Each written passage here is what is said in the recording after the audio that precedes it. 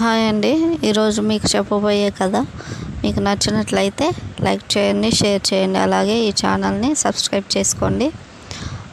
ఒక ఊర్లో ఒక అన్న చెల్లి ఉండేవాళ్ళు. వాళ్ళు అనాథలు. వాళ్ళకి ఎవరు చుట్టాలు కూడా లేరు. అలాగే ఇల్లు ఆస్తులు అనేవి ఏమీ లేవు. ఊరి చివరన ఒక పాడుబడ్డ బంగ్లా ఉంటుంది. అందులో ఉంటూ ఉంటారు. అవి ఒక 6 గదులు ఉంటాయి. దాన్నే క్లీన్ చేసుకొని ఉంటారు. అయితే రోజు స్కూల్కి వెళ్తూ వస్తూ ఉంటారు. వాళ్ళ స్కూల్ చాలా దూరం. అయితే ఒకరోజు ఎండ పూటన స్కూల్ నుంచి వస్తుండగా వాళ్ళ చెల్లికి చాలా దాహం అవుతుంది. ఆ దాహంతో అన్న దాహం అని ఏడుస్తూ ఉంటుంది. అయితే వాళ్ళ అన్నయ్య అక్కడ ఉన్న ఒక ఇంటి దగ్గరికి వెళ్ళి, ఏమండి వాటర్ ఉన్నాయా, మా చెల్లికి బాగా దాహం అవుతుందంట అనేసి అడిగితే ఆమె అక్కడ కుండలో ఉన్నాయి తాగిపోండి అంటది. అయితే ఆ అమ్మాయి చూడకోకుండా గ్లాస్ తీసుకొని వెంటనే తాగేస్తుంది. ఆ గ్లాస్లో పాము పిల్ల ఉంటుంది. అలాగే ఆమె తాగిన తర్వాత వాళ్ళ అన్నయ్య కూడా తాగుతాడు.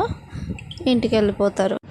తర్వాత కొన్ని రోజులకి వాళ్ళ చెల్లి లావు అవుతూ ఉంటుంది. మా చెల్లి ఎందుకు ఇట్లా అవుతుంది అనేసి ఆ అబ్బాయి ఆలోచిస్తాడు. అయినప్పటికీ స్కూల్కి వెళ్తూనే ఉంటారు. అయితే ఊళ్ళో వాళ్ళంతా చూసి, ఏంటి పాడు పనులు, ఏంటి ఇంత చిన్న ఏజ్లో ఇలాంటి పరిస్థితి ఏంటి అనేసి చాలామంది తిడుతూ ఉంటే వాళ్ళ అన్నయ్య చూడలేక ఆమెని ఇంట్లోనే ఉంచుతాడు. నువ్వు ఇంట్లో ఉండు, నేను స్కూల్కి వెళ్తాలే అనేసి చెప్పి స్కూల్కి ఆయన ఒక్కడే వెళ్తూ వస్తూ ఉంటాడు. అయితే ఒకరోజు ఆ అబ్బాయికి డౌట్ వస్తుంది, ఎందుకు మా చెల్లి రోజు రోజుకు లావు అవుతుంది అనేసి. అయితే ఇదేంటో కనిపెట్టాలి అనుకొని రోజులాగానే వాళ్ళ చెల్లికి పెరుగన్నం కలిపి పుట్టి మీద పెట్టేసి, చెల్లి నేను స్కూల్కి వెళ్తున్నా అని చెప్పి బయటకు వచ్చేస్తాడు. బయటకు వచ్చేసిన తర్వాత కిటికీ దగ్గర నుంచి చూస్తూ ఉంటాడు. వాళ్ళ చెల్లి గాఢ నిద్రలో ఉంటుంది. వాళ్ళ చెల్లి నిద్రలో ఉండగా ఆమె నోట్లో నుంచి ఒక పాము వస్తుంది. ఆ పాము ఒట్టి మీదకి వెళ్ళి ఆ పెరుగన్నం తినేసి మళ్ళీ ఆమె నోటి నుండి లోపలికి పోవడానికి రాగానే వాళ్ళ అన్నయ్య గమనించి వెంటనే దాన్ని నరికేస్తాడు.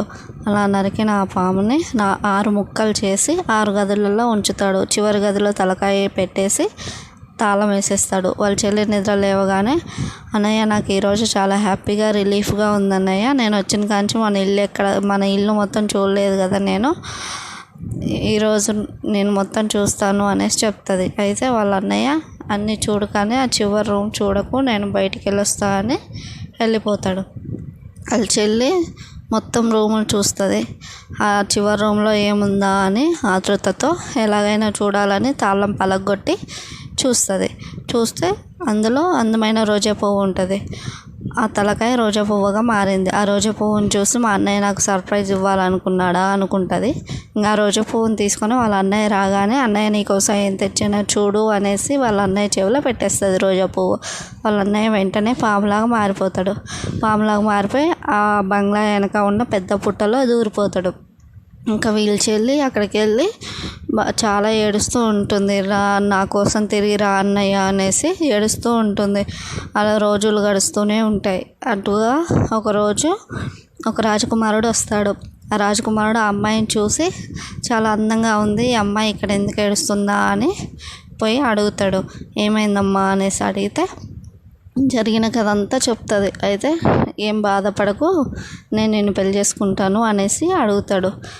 మా అన్నయ్య లేదా నేను పెళ్లి చేసుకోలేను అంటే, ఇక్కడ ఈ పూటలోనే కదా మీ అన్నయ్య ఉండేది, నువ్వు చెప్పిన మాట వింటాడు కదా, పెళ్లి టైంకి ఖచ్చితంగా వస్తాడు అనేసి చెప్పి నేను పెళ్లి ఏర్పాట్లు చూస్తానని ఆ రాజకుమారుడు వెళ్ళిపోతాడు. సరిగా పెళ్లి టైంకి వాళ్ళ అన్నయ్య పాములాగా వస్తాడు. మండపంలో ఆ పాముని చూసి చాలామంది భయపడి పరుగులు తీస్తూ ఉంటారు. ఆ పెళ్లి కొడుకు అందరినీ ఆపి జరిగిన కథంతా చెప్తాడు. అయితే ఇంకా ఆ పాము నోట్లో అక్షింతలు వేస్తే ఆ పాము వాళ్ళిద్దరిని ఆశీర్వదించి చల్లగా ఉండండి అనేసి ఆశీర్వదించి వెళ్ళిపోతుంది. ఇంతేనండి కదా. బాగుంటే లైక్ చేయండి, షేర్ చేయండి, కమెంట్ చేయండి, అలాగే ఛానల్ని సబ్స్క్రైబ్ చేసుకోండి. Thank you.